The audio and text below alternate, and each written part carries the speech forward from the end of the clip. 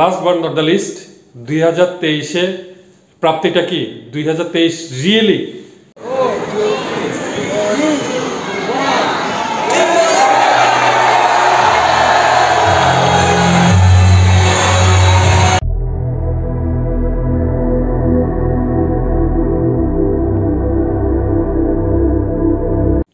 আসসালামু আলাইকুম এভরিওয়ান, যে যেখান থেকে আজকের ব্লগটা দেখতেছেন সবাইকে শিল্পী পরিবারের পক্ষ থেকে হ্যাপি নিউ ইয়ার।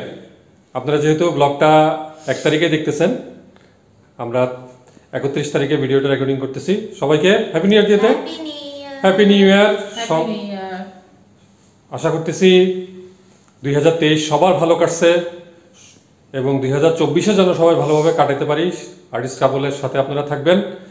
আর গত পর্বে তো বাপ বেটির বেড়ানোটা আপনারা খুব এনজয় করছেন। আর ওই যে আমাকে ফেলে খুব বেড়াইছো না? আবার শপিংও করছো, আমার জন্য কিছু আনো নাই? না না না না না, জোকসে পার্ট, বাপের বাড়ি পাঠাই দিই নেই। হ্যাঁ, ঝগড়া করে বাপের বাড়ি যাই নাই। শুক্রবার ছুটির দিনও টিচার বলে কথা, টিচার্স ট্রেনিংয়ে ব্যস্ত ছিলেন, সেই জন্য বাপ বেটি বেড়াইছি আর শপিং করছি। যাই হোক, এনার কোনো দোষ নেই, আমরা ঝগড়াও করি নাই, বাপের বাড়িও যাইনি। যাই জোকসে পার্ট, আজকে এনাদের জন্য একটা সারপ্রাইজের ব্যবস্থা করছিলাম। সারপ্রাইজ হলো, আমরা এতক্ষণ ঘুরে আসলাম রেডিসন ব্লুতে। রেডিসন ব্লুতে আজকে 31st নাইটের প্রোগ্রাম ছিল। 31st নাইটে আমরা গেলাম রেডিসন ব্লুতে। খুব চমৎকার করে ডেকোরেশন করছে এবং ক্রিসমাসের ডেকোরেশনটাও ছিল।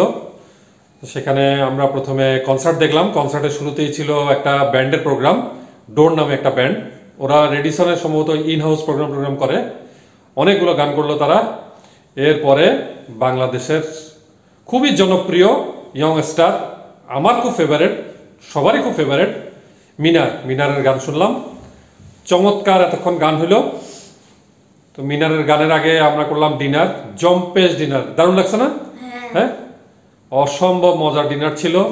প্রচুর আইটেম, যেমন মেইন ডিশ সেরকম ডেজার্ট। চমৎকার খাওয়া দাওয়া করলাম। কি সারপ্রাইজ ছিল? হ্যাঁ বুঝছে, ওই যে গাল ফুলাইছে।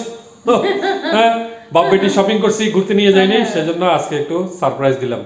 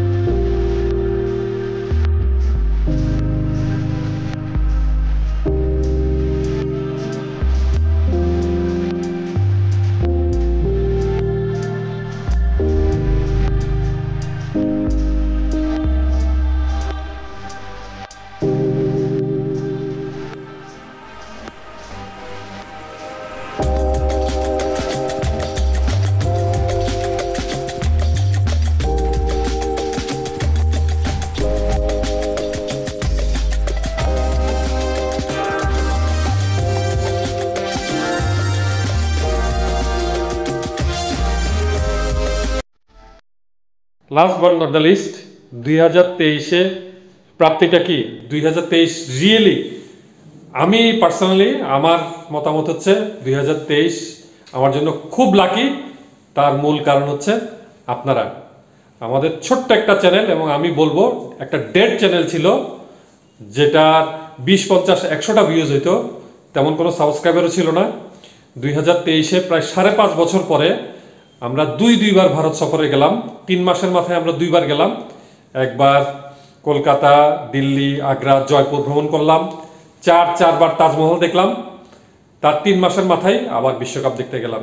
এবং এই ভ্রমণ যে আমার জন্য এতটা টার্নিং পয়েন্ট হবে, আপনারা যে হঠাৎ কোত্থেকে আমাকে এইভাবে এত ভালোবাসা দিচ্ছেন শিল্পী পরিবারকে, এমনভাবে আপনারা অ্যাকসেপ্ট করছেন, এত সম্মানিত করছেন, আমি জানি না আমি এটা ডিজার্ভ করি কিনা।